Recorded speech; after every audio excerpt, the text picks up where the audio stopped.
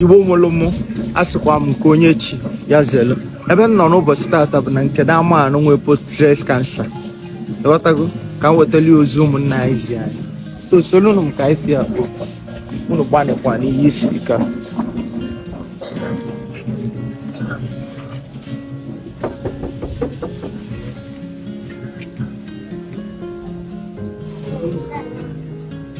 good afternoon, sir.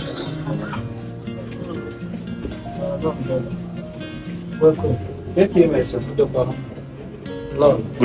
afternoon, sir.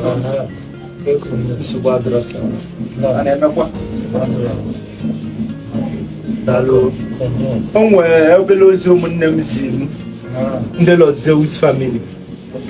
So ọkụ ya ka nsi n'ọka ngwa na asị m n'ọka anọdị n'ime mee ya maka onwe ka obodo si wee dị.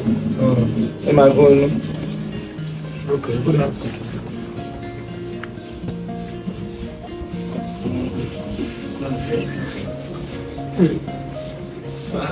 Igbo molo nze mụọza asị m nke onye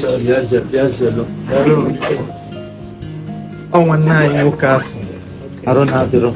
ewetara ya 750,000 for treatment ya o were uje treat ya onwe ya kee ọgwụ anyị na-amụ isi maka fan na ọgwụ onwe ndị na-asị m ka afa dị ọgwụ fọ ndị ya enyela anyị aka igoti ya mee ya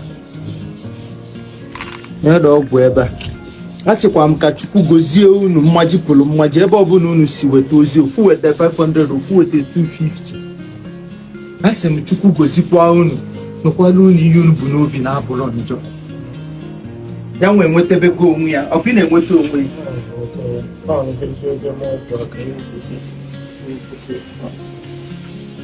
okay, nke a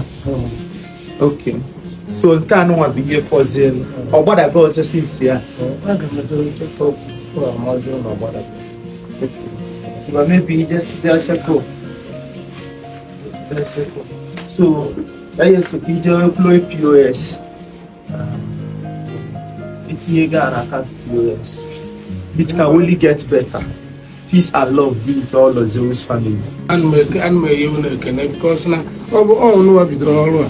no bro more at how no come aka wo self and I since no tira aka n'ime ife mi na gawara ofuma so and me you na ekene because ukwu no ji abia ukwu no geji we na udo na ha Jesus daalụ no because thanks us ekele kwa muni ị na-anya ifu na ọ na-get strong ọ na-get strong ọ na-akwụnwuzi ọtọ ọ na-aganwuzi ije a sịkwa m Chukwu gozie all of Zeus family tata bụ gịnị 27th of October a sị m let peace be of amụrụ m Mmaji kene unu nke onye chikwa ya zelo ị na-esikwa nri